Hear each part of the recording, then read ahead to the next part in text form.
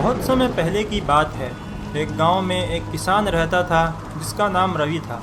रवि एक ईमानदार और मेहनती व्यक्ति था, लेकिन इस बार बारिश की वजह से उसकी सारी फसल बर्बाद हो गई थी। उसके पास इतने पैसे नहीं थे कि वो अपने परिवार का पेट भर सके।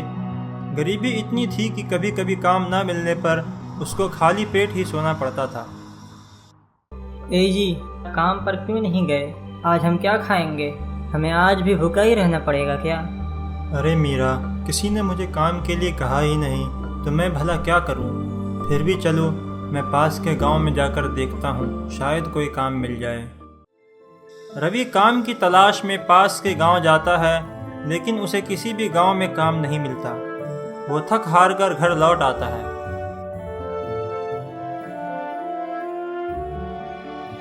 अरे मीरा, पूरा गांव छान मारा, लेकिन आज किसी भी गांव में कोई काम ही नहीं था। हे ऊपर वाले, आखिर कब तक हमें भूखा रहकर ही सोना पड़ेगा?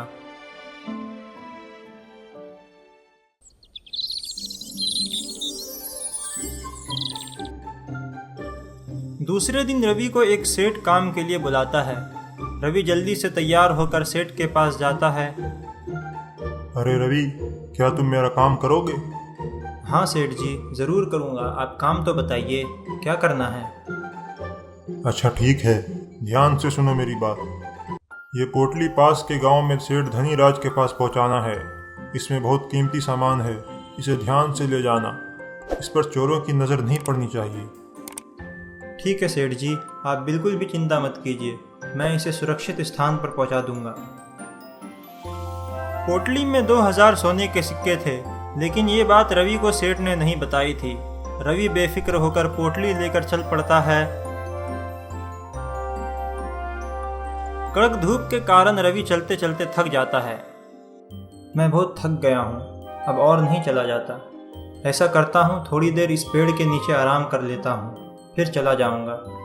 फिर रवि पेड़ के नीचे आराम करने लगता है और गहरी नींद में सो जाता है।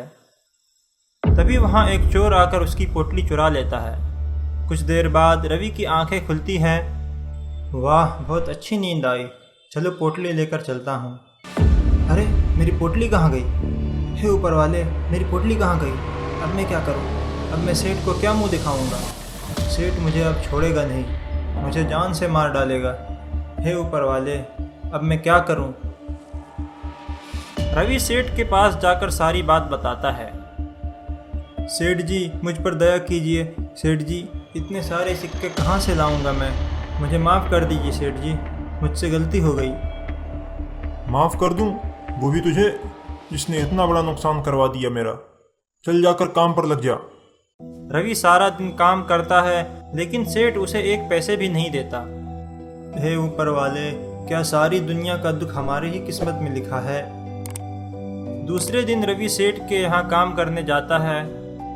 अरे रवि, तुम सुनो, आज तू पास वाले खेत को जोत कर आ जाना, कल उसमें फसल बोनी है। ठीक है सेठ जी। खेत में काम करते हुए रवि को अचानक कुछ चमकता हुआ नजर आता है। वो पास जाकर देखता है कि वो एक सोने का सिक्का है। अरे ये क्या? ये तो एक सोने का सिक्का है। हे ऊपर वाले, तेरा लाख लाख शुक्र है। रवि बहुत खुश हो जाता है और फिर खेत को जोतने लगता है। तभी अचानक से खेत में उसके हल के नीचे कुछ टकराता है। अरे ये क्या? यहाँ तो कुछ है।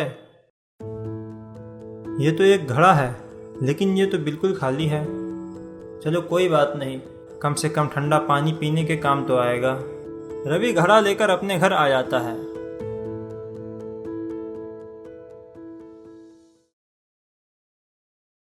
ए जी, ये घड़ा कहाँ से लेकर आए हैं? ये घड़ा मुझे सेठ जी के खेत में काम करते समय मिट्टी के नीचे मिला। और तुम्हें पता है, आज मुझे मिट्टी के नीचे से कुछ और भी मिला है। ये देखो, एक सोने का सिक्का। उसकी पत्नी सोने के सिक्के को देखकर बहुत खुश हो जाती है। हे ऊपर वाले, तेरा लाख लाख शुक्रिया। इस सोने के सिक्के से हमारा कुछ दिन तो गुजारा हो ही जाएगा। अरे मीरा, इस सिक्के को इसी घड़े में रख दो। आजकल बहुत चोर घूमते हैं, अगर किसी को पता चल गया तो ये एक सिक्का भी हमारे हाथ से चला जाएगा। मैं सुबह होते ही बाजार से कुछ खाने पीने का सामान ले आऊँगा। ठीक है जी, मैं इस सिक्के को घड़े में रख देती हूँ। सिक्के को घड़े में रखकर वे दोनों सो जाते हैं। सुबह जब रवि घड़े से सिक्के निकालने जाता है तो देखता है, अरे मीरा, ये देखो, घड़े में इतने सारे सिक्के कहाँ से आ गए? इतने तो हमने घड़े में नहीं डाले थे, इसमें तो सिर्फ एक ही सोने का सिक्का डाला था ना। मुझे लगता है ये कोई जादुई घड़ा है, चलो इसमें कुछ और डाल के देखते हैं।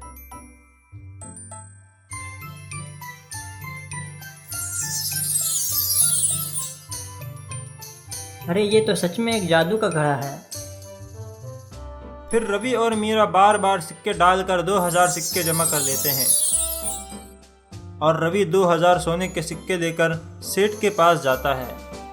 सेठ जी, ये लीजिए आपके 20,000 सोने के सिक्के। उसके बाद रवि और उसकी पत्नी मीरा गांव में ही सब्जी की एक दुकान खोलने का फैसला करते हैं। कुछ दिनों बाद वो दोनों मिलकर दुकान खोल लेते हैं और दोनों ईमानदारी से काम करते हुए खुशी से जीवन व्यतीत करते हैं। सीख: कठिन परिस्थितियों में भी ईमानदारी और मेहनत से जीवन को सुधारा जा सकता है। ऊपर वाले हमेशा ईमानदार और मेहनती लोगों की मदद करते हैं।